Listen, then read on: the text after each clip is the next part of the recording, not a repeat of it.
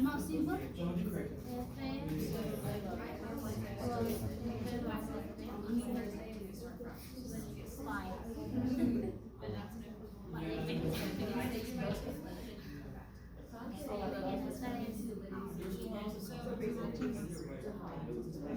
This weather is so bipolar. I know. O puede ser también en medio, y en medio de It'll snow too. That's my favorite state. bueno, se dice indicar, no sé si se dice indicar. I'm going to Washington soon. I like Washington. Identificarnos,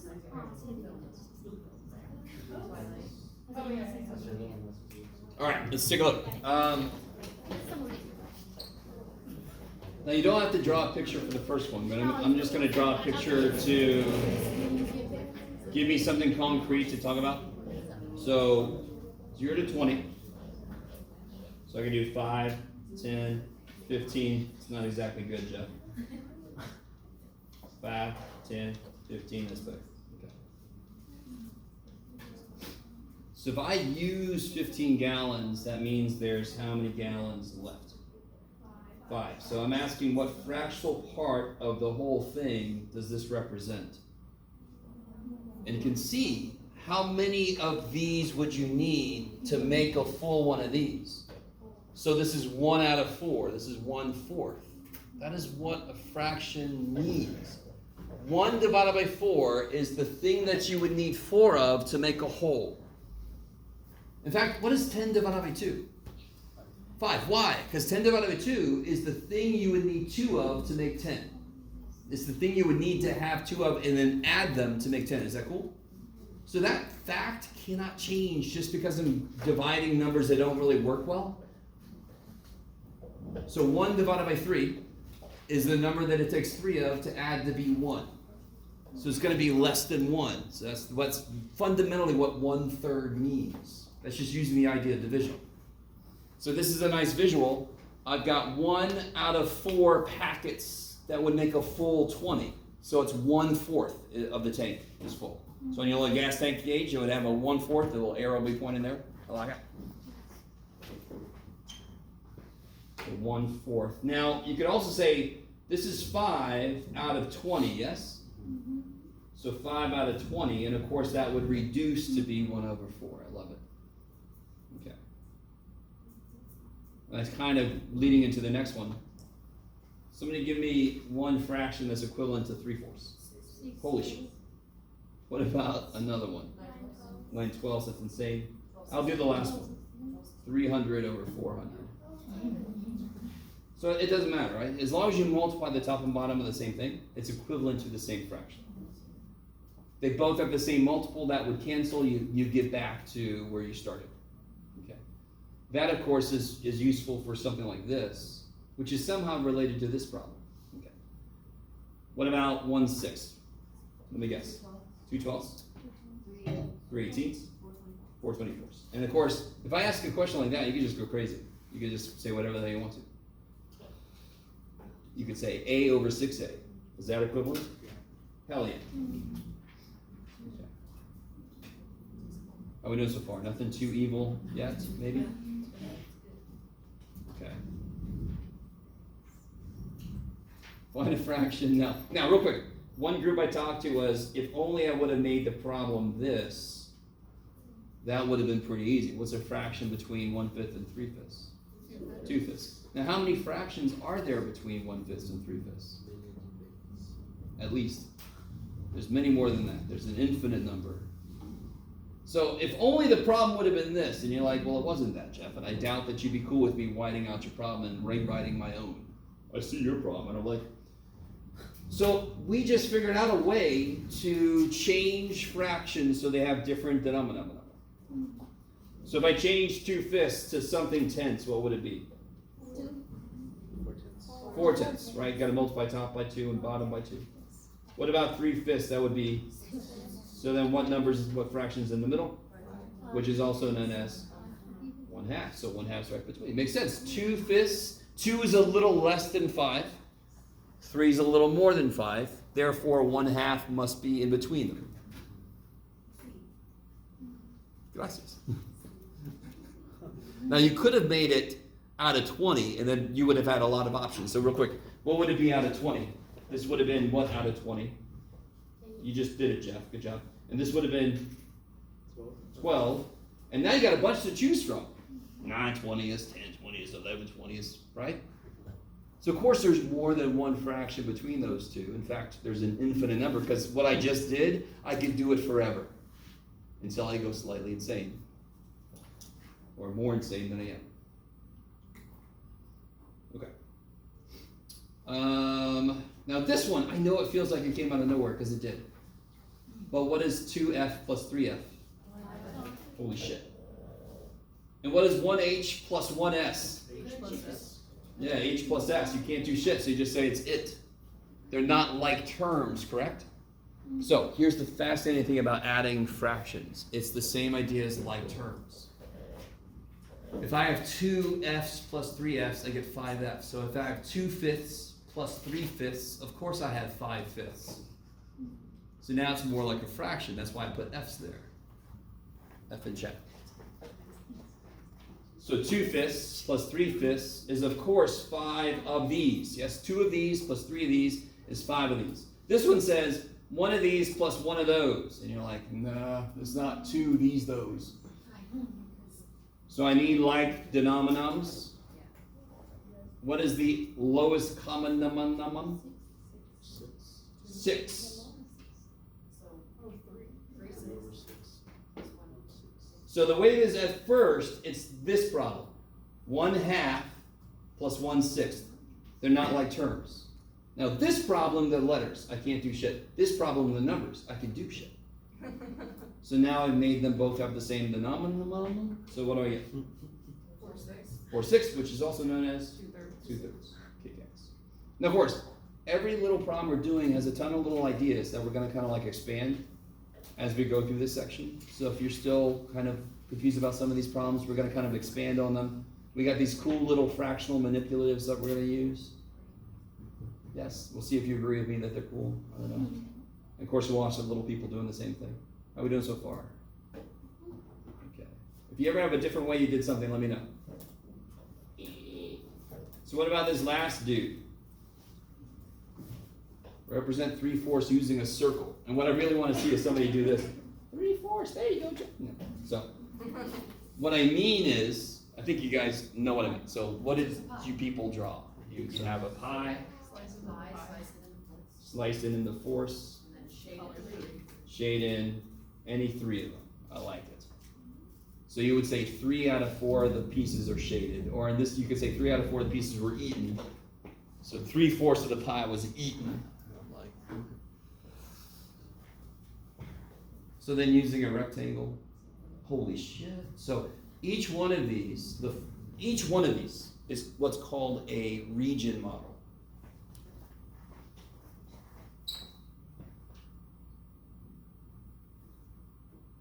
So this one, same idea. Break it up into 4 parts and then take 3 of the parts. What about this guy?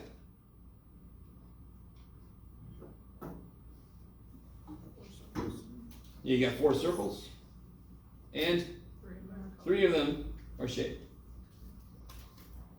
Out of the 4 objects, how many are shaded? So that's 3 out of 4, 3/4. Is there any time in English you hear somebody say, out of this there was this? That's a fraction inherently. That's what a fraction is all about. This much out of this much. So fractions are what we call relative measurements. It measures relative to the whole how much has had something happen. Right? Shaded, eaten, whatever. Okay. Any questions from that handout? Okay, we're going to do a little bit of lecture. When I say we, I mean you guys are going to listen to me, but leave that there for a second. Oh shit, I got to connect.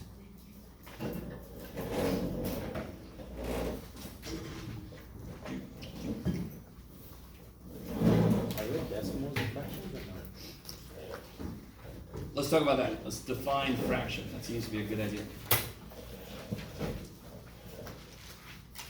Okay. 6.1, yeah.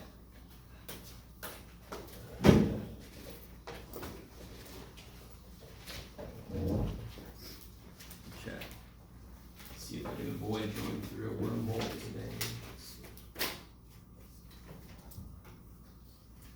I believe in the settings you're able to change whatever, like you know how like iPads are super like touch sensitive?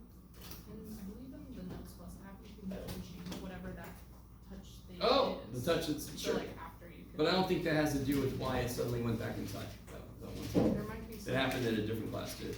So that was just trippy. Let's see what causes that. I don't know. I think it's a It might be in the connection settings. thing, but maybe, no, I have no idea.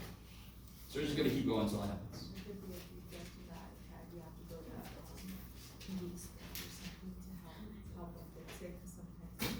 I don't think it's a problem with the iPad.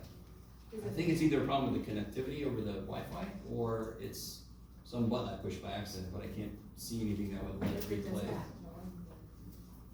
it's probably, if you try that home, Yes, it's and- hard to recreate, because it Yeah, happened right. like twice out of all the times I've been using this, yeah. Okay. Oh. So real quick, this is gonna be very simple, but let's start off with remembering what division is, because fractions are built on division inherently, right? So here's a very silly question, what's 6 divided by 2? 3. Why? Can you illustrate this visually somehow? Yeah, say again? Okay, 3 twos make 6, but visually, some kind of a visualization. Yes. You can do 6 circles. 6 circles. And then 2 that go around like 3 of them. Like Okay, you could break it up into 2 groups, Yeah. right? Yeah. And what's the other way to do it? So that this way answer would be 3, and then what's the other way to do it? I'm basically giving it away there. How many groups of 2 are there, right? So I'm gonna kind of focus on this way of thinking about it. So 6 divided by 2 is how many groups of 2 would make 6? 3 groups of 2 would make 6. I like it. So if I want to do, that gets a little weird. So if I want to do something like, so here's another way to think of this. 6 divided by 2 using a measurement model. So if I break it up into, if I kind of do it the first way, it would look like this. So if I broke it up into 2 groups, each group would be 3 big. So 6 divided by 2 would be 3. So if I have something like 1 divided by 4, yeah, there. 0 to 0. That's good, Jeff. Then I want to break up the 1 into 4 parts. Yes? So then I have 1, 2, 3, 4. So then 1/4 would literally just be the part that's 1 out of 4 of those pieces. So 1/4, one way to look at it is it's just a symbol that represents what we just said. And again, what does that really mean? It takes 4 of these to make 1. Just like 6 divided by 2 is the number it takes 2 of to make 6. 1 divided by 4 is the number it takes 4 of to make 1. Okay. So that's why proper fractions are all less than 1. Because it takes so many of them to make a full 1. Okay. So if I want to represent 1/4, I could do it with a number line. I could do it like we did earlier with the circle. I could do it with any shape I wanted to. I've got a cylinder. If I want to represent it with a cylinder, I just cut this into 1, 2, 3, 4 parts. And then I can say this cylinder is 1/4 full. Okay, I like it. What about, oh yeah, all right, beautiful. So what does this mean then? 1 divided by b, where b is some natural number, 1, 2, 3, 4. One way to think of that is if I have 0 to 1, how many parts have I broken this into? B parts. So this would be 1 out of b of those parts. This is literally what 1 over b means. So what would a over b mean?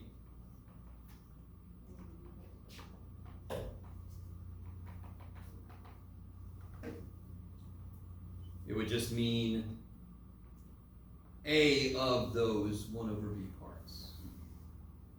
So this literally means a 1 over b's. So 2/3 literally means 2 1/3. Okay, I like it.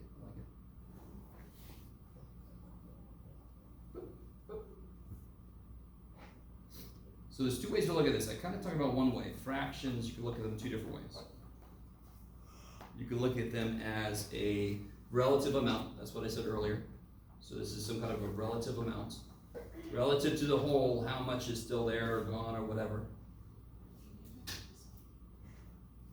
So that's looking at it as a number. Then, to kind of compare it to what we did earlier, I can look at a fraction as a numeral.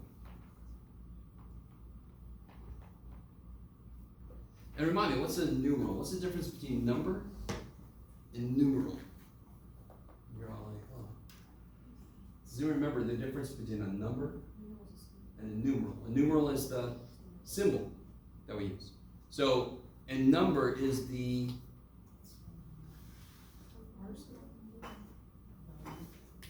idea that we're capturing with the symbol. So there's an idea of 2.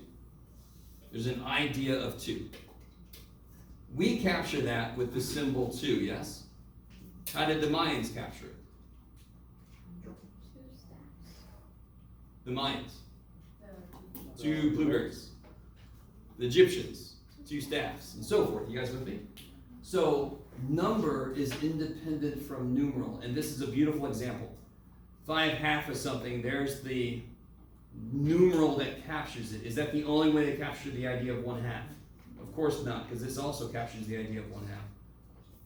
And then so there's an infinite number of numerals that all capture the same idea, which we saw on one way with the number 2. There's an infinite number of ways I can represent the number 2. Yes?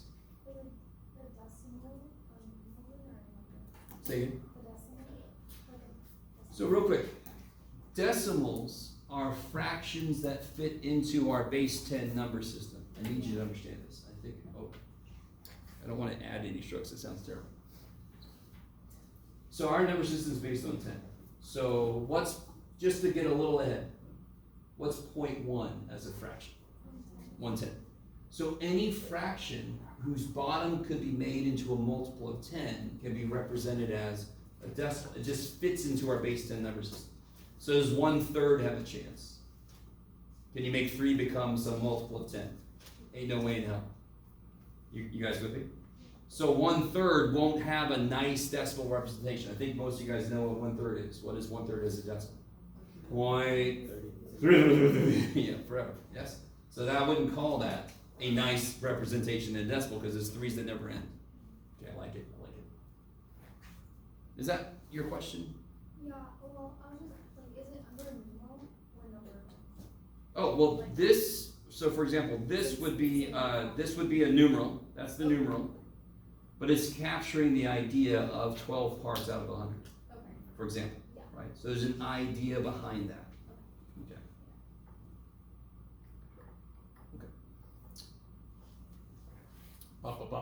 Oh. If I take a number line and I break it into 4 parts, obviously each part represents a 4th. And of course, 1 4, 2 4, 3 4 is 4 fourths. 4 fourths is 1. If I cut each of those in half also, each one of these smaller steps represents, how many steps are there now total? Counting the small and the big. There's 1, 2, 8, because I cut the 4 into half, yes? So each one of these represents what? 8. So this is 1/8. This is 2/8, so that's another way to show that 2/8 equals 1/4. They represent the same relative position on the number line. And I could do that again and make 16ths and show that 4/16 is the same thing as 1/4. Are you guys with me? So again, that's a little more mathy way to show the idea of equivalent fractions and why they make sense. Because I mean, telling a student you can multiply the top and bottom by 2 doesn't tell them why that works. Doesn't tell them why that new thing, 2/8, doesn't look like 1/4. What the shit are you doing? You need other examples to show them why it makes sense of the same thing. They represent the same relative amount. Okay, I like it.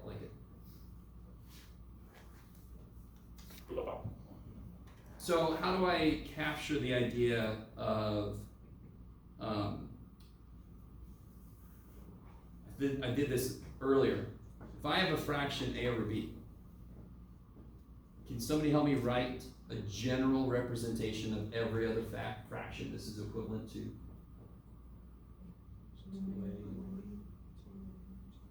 I want one thing that represents every equivalent fraction you can make. So you guys were doing what? You were multiplying a by 2. And you would multiply b by 2 also, right? So why did you pick 2?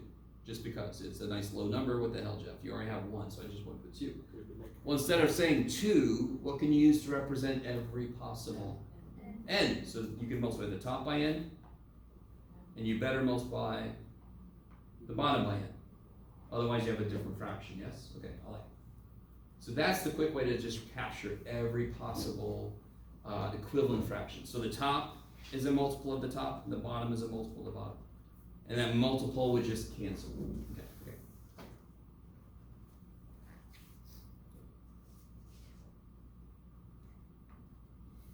Wasn't sure if I should ask you or just, yeah. If I'm given two fractions, a over b and c over d, if they have the same bottom, it's very easy to tell if they're equal or bigger or less than, yes? But the way I've written this, I'm assuming the bottoms are different. One way to tell if they're the same is to try to do what? So for example, if I have 11 over 121 and I have 30 over 330, what's one thing I could do to try to see if those are the same fraction?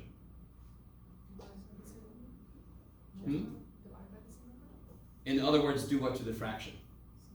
Simplify it, reduce it, yeah. So if I reduce both fractions, then it comes out to be the same. Obviously the fractions are the same. Sometimes you might not want to do that. Sometimes simplifying fractions is not that easy because the numbers are kind of really gross and big and you don't know what goes in. Does anyone know, if I do have two fractions that are equal, if a over b does equal c over d, does anyone know what you're allowed to do? This is the one time you're allowed to do this. Cross multiply, right? So a over b equals c over d if and only if. I don't know if I've ever heard this. You don't say if. This means if and only if, which means what I'm about to say works both ways. A over b equals c over d if and only if. What do you get when you cross multiply? AD equals BC. So if I give you two ugly looking fractions, poor little fractions, okay? Leave them alone. And I ask you, are these equal? And you're like, I don't want to reduce. Just cross multiply and see if they come out to be the same number. Now, why does this work? So again, why is it simple if I said, are these the same fraction? Are these the same fraction? Yeah. Oh, of course. Because since the bottoms are the same, I just need the tops to be the same and then they're equal. Yes? So what is the most direct way? If I give you any fraction, the most direct way to see if they're equal is to make them have like denominators. So I'm going to show you why this little thing works. So if I give you two fractions, a over b and c over d, let's see if you guys are cool with this. You guys will be immensely cool with this. Just to make sure, earlier, remember we had 1/2 and 1/6, and you told me the LCD was 6? Because this guy just needed a 3 to become the 6, yes? What if I had 1/2 and 1/5? What would the LCD be? 10. And what is the idea that LCD is capturing, that is using? I'm making 2 and 5 multiplied to be the same thing, which is also known as the, not LCD. LCD is a specific instance of the LCM. We just call it LCD if they happen to be on the bottom. But it's the same idea, yes? So help me out. Here's one fraction, here's the other fraction. What's that first fraction missing on the bottom that the other one's got? So I'm going to give them a D. What's the second fraction missing that the first fraction's got? A B, so I'm going to give them a B. Are the bottoms the same? Yeah. So the only way these could be equal is if If the tops are the same, so that goes back to our results here. If AD equals BC. So for example, I give you these two fractions. 12 over 718. No, let's make it 717. And what do you got, Jeff? 31 over 2,941. And I ask you, are those the same? What do you do? All you have to do is what? Yes, all you need is left. All you need to do is cross multiply. You got calculators, right? Or in general you would.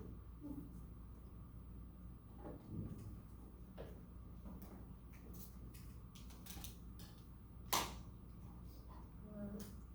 think it's about. 35,292. Say again. 35,292. Versus about 20. 27. Ooh, neat, a lot of twos.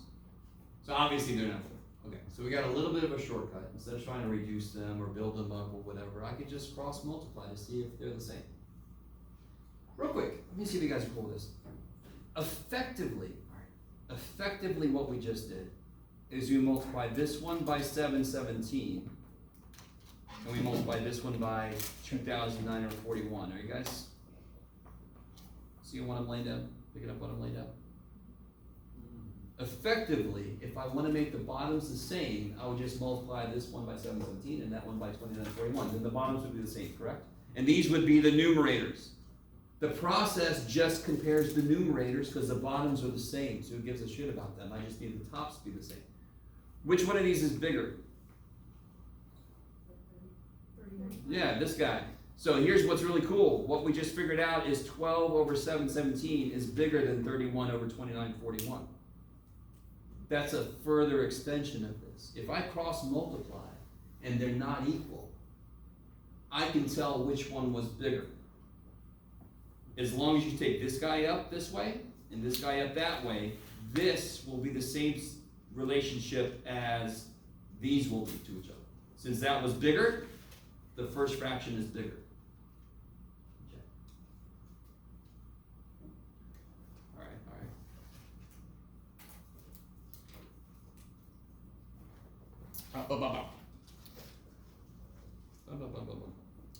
Oh, how would you simplify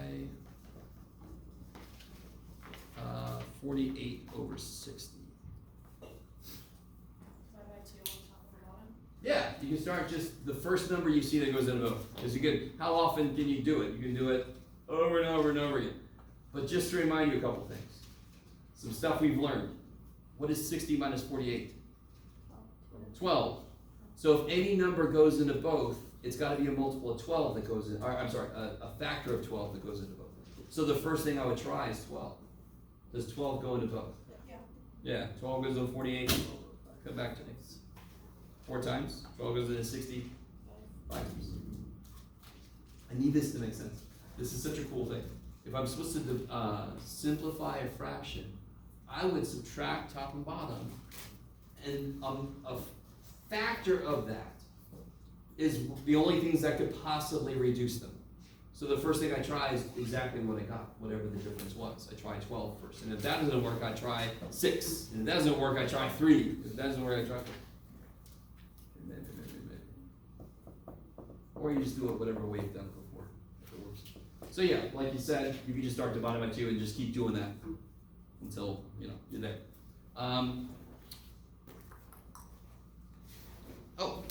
What about improper fractions?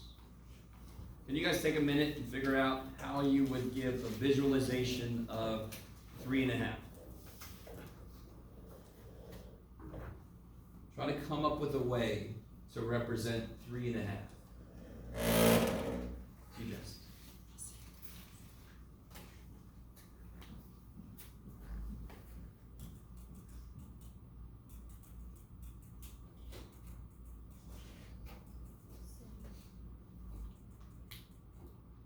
Do you have a way, Sylvia? No, not rewrite it mathematically. I want a picture that represents 3.5. Okay, so you do like 3 really long sticks and the one that's half as long. Alright, so I have like 3.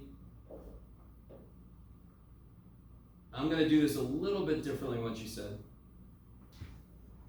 And half of one, right? So I have then just shade it, yeah.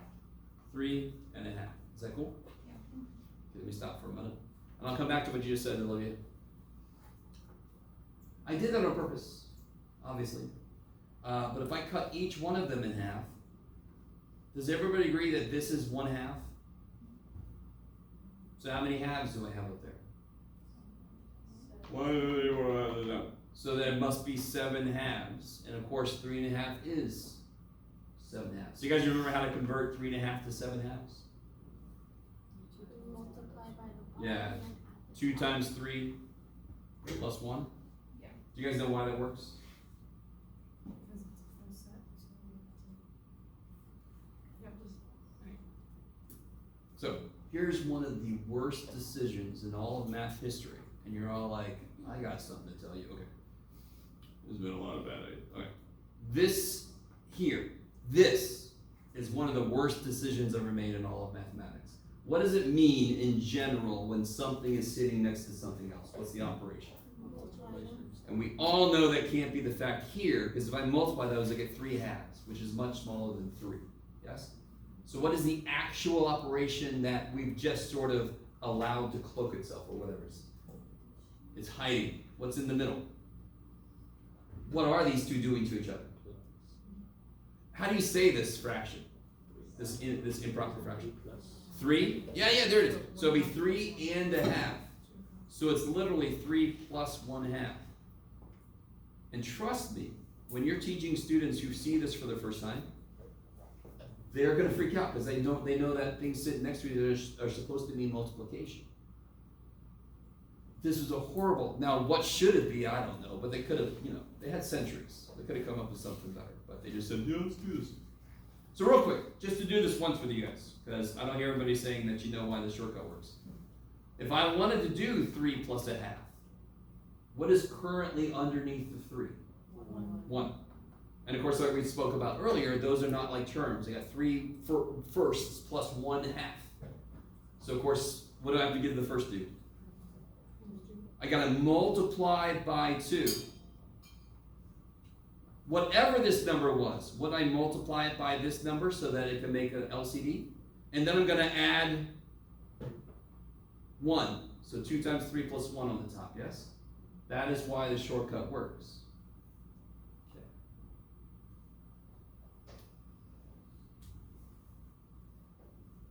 So one last thing about improper fractions, and then I'm gonna let us out nice and early. Like that's not gonna save your reputation. Oh. How do I convert the other way? What if I have something like 17 over 9, and I want to make that into a mixed number? You divide by 9 and the remainder is what stays. Totally. What if you don't feel like dividing? Subtract 9, sure, but let's see why. What number under 17 does 9 go into? Less than 17. What's the number does 9 go into that's less than 17? 9. So isn't 17 9 plus 8? What's being divided by 9 in the statement I just wrote? 9 and 8. So people do this kind of thing a lot. No. What's 9 divided by 9? What's 8 divided by 9? I don't know. There you go. So a lot of people kind of don't think about it this way. Maybe they were never shown this way. I love this way because it helps when you get to square roots and how to simplify a square root. And just because I said it, I'm going to torture you for a second. And you're like, you've actually tortured us for like 2 hours. If I had the square root of 50, why does that suck? And again, I know we haven't officially talked about square roots, but y'all have seen square roots. What's the square root of 49? Isn't that a better question? Yeah. It's freaking 7, Jeff, because there's 2 7s, that's what square root means. What does it take 2 of them to multiply? So the square root of 50 is 7 point something. But my claim is I can reduce this much the same way I sort of like rewrote this. So what did I do here? I wrote it in terms of a number that is divisible by 9 and then other shit. And the other shit just sort of stayed. You with me? So what is in 50 that I can do the square root of? 49 plus 49. Careful, addition doesn't work. Square roots are based on multiplication. So what factor of 50 can I do the square root of? What factor of 50 can I do the square root of? 25.